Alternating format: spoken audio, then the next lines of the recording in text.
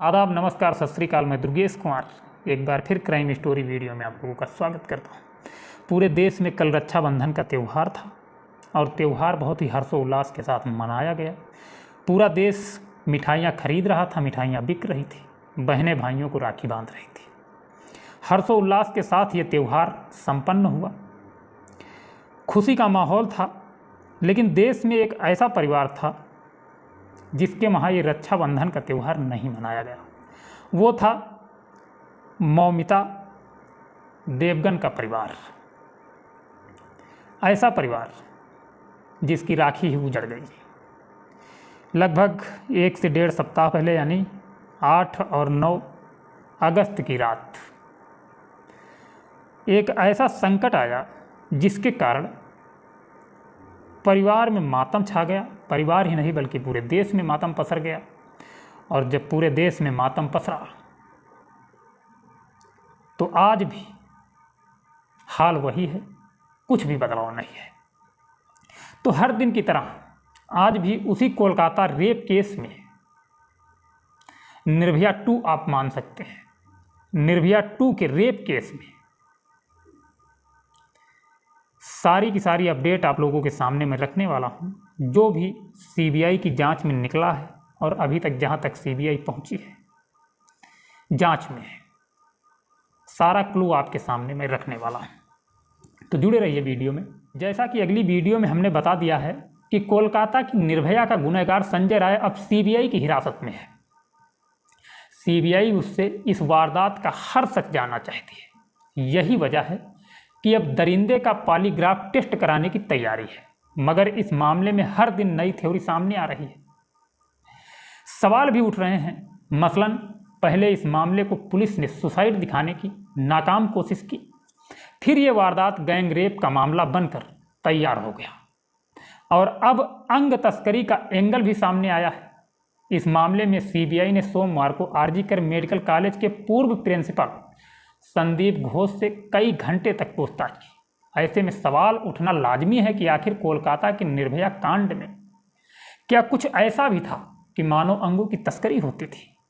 पूरा देश जानना चाहता है कि आखिर कोलकाता की ट्रेनी डॉक्टर बिटिया को इंसाफ कब मिलेगा। पूरे देश की एक यही इच्छा है और पूरे देश का एक यही सवाल है कि आखिर निर्भया 2 यानी मौमिता देवगन को कब इंसाफ मिलेगा। 6 दिनों से इस वारदात की जांच में जुटी सीबीआई को आखिर कितनी कामयाबी मिली है, ये हर व्यक्ति जानना चाहता है। और ये भी जानना चाहता है क्या वाकई आरोपी संजय राय के पॉलीग्राफ टेस्ट से इस वारदात का सच सामने आ पाएगा। क्या सही में कोलकाता में अंग तस्करी का रैकेट चल रहा था। इन सारे सवालों के जवाब सिर्फ सीबीआई दे सकती है। वही कोलकाता के इस कांड का सच सुप्रीम कोर्ट में बताएगी। सोमवार को पीड़िता के पिता ने कोलकाता पुलिस और मेडिकल कॉलेज प्रशासन पर सनसनीखेज इल्जाम भी लगाए हैं। घर वालों का कहना है कि पुलिस और मेडिकल कॉलेज के पूर्व प्रिंसिपल संदीप घोष ने इस हत्याकांड पर पर्दा डालने की कोशिश की। घर वालों के आरोप के पीछे 2 बड़ी वजह है। पहला, पुलिस और मेडिकल कॉलेज प्रशासन का रवैया, और दूसरा, पीड़िता की पोस्टमार्टम रिपोर्ट। अब चौंकाने वाली बात यह है कि जिस केस को पहले आत्महत्या करार देने की कोशिश की गई, उसी केस की पोस्टमार्टम रिपोर्ट पीड़िता के साथ हुई हैवानियत की गवाही दे रही है। पोस्टमार्टम रिपोर्ट के मुताबिक लेडी डॉक्टर के शरीर पर 14 से ज़्यादा चोट के निशान मिले हैं। सिर, दोनों गाल, होंठ, नाक, दायां जबड़ा, ठुड्डी, गर्दन, बाएं हाथ, कंधे, घुटने पर जख्मों के निशान मौजूद हैं। पीड़िता की हत्या गला घोंट कर दी गई थी। पीड़िता के घर वालों का इल्जाम है कि पहले हत्या को आत्महत्या का रंग देने की कोशिश की गई, यहाँ तक कि सबूतों के साथ छेड़छाड़ की गई। घर वालों के मुताबिक पूरे मामले में आरजीकर मेडिकल कॉलेज के पूर्व प्रिंसिपल संदीप घोष की भूमिका शक के घेरे में है। हत्या के बाद मेडिकल कॉलेज प्रशासन की तरफ से घर वालों को अंधेरे में रखा गया। सवाल यही है कि मेडिकल कॉलेज के प्रिंसिपल संदीप घोष ने क्यों रेप और हत्या जैसे संगीन मामले को दबाने की कोशिश की। पीड़िता के पिता ने मीडिया के सामने चौंकाने वाला खुलासा किया। उन्होंने कहा कि जल्दबाजी में पीड़िता का अंतिम संस्कार करवा दिया गया। घर वाले कुछ समझ पाते उससे पहले ही पुलिस ने अंतिम संस्कार करवा दिया। अब घर वाले अंतिम संस्कार को लेकर कोलकाता पुलिस पर संगीन आरोप लगा रहे हैं। इस मामले की जांच अब सीबीआई कर रही है, लेकिन घर वालों का आरोप है कि कोलकाता पुलिस ने शुरुआती जांच में पूरे केस को उलझाने की कोशिश की। पुलिस ने आरोपियों को पकड़ने की बजाय इस केस का कत्ल करने की साजिश की। जहां पीड़िता का अंतिम संस्कार किया गया, उस शमशान घाट के मैनेजर भोलानाथ पात्रा ने मीडिया से बताया कि पीड़िता के अंतिम संस्कार को लेकर कोलकाता पुलिस से उनकी बात हुई थी। पुलिस ने पीड़िता का अंतिम संस्कार जल्दी करवाने को कहा था। अब सवाल ये उठता है कि आखिर पीड़िता का अंतिम संस्कार जल्दी करवाने की बात पुलिस के द्वारा क्यों की गई? और सवाल बहुत अहम है, सवाल उठना भी चाहिए। कुल मिलाकर अब सीबीआई की टीम इस मामले में 4 थ्योरी पर काम कर रही है। सोमवार को सीबीआई की टीम 7 घंटे तक पीड़ित परिवार के बयान दर्ज किए। पीड़ित के वकील ने फिर गैंग रेप की तरफ इशारा किया। बीजेपी नेता और पूर्व सांसद लाकेट चटर्जी ने कोलकाता के आरजीकर हॉस्पिटल में अंग तस्करी की आशंका जताई, जिसे अब नई थ्योरी भी मानी जाती है। अब आप लोगों को टाइमलाइन के माध्यम से हम समझाते हैं। तो देखिए, 8 अगस्त देर रात कोलकाता में हैवानियत के बाद ट्रेनी डॉक्टर की हत्या हुई और 9 अगस्त कुछ घंटों बाद आरोपी संजय राय की गिरफ्तारी हुई। 12 अगस्त डॉक्टरों ने देशव्यापी हड़ताल की।